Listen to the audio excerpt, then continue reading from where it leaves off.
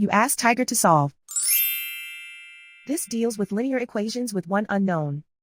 The final result is b equals -25/28. Let's solve it step by step.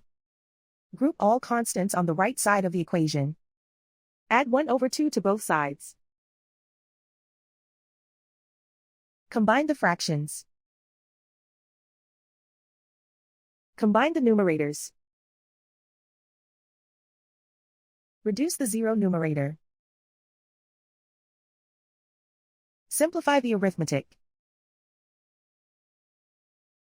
Find the lowest common denominator. Multiply the denominators. Multiply the numerators.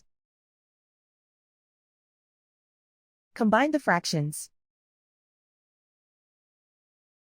Combine the numerators. Isolate the b. Multiply both sides by inverse fraction 5/2. Group like terms. Multiply the coefficients. Simplify the fraction. Multiply the fractions. Simplify the arithmetic.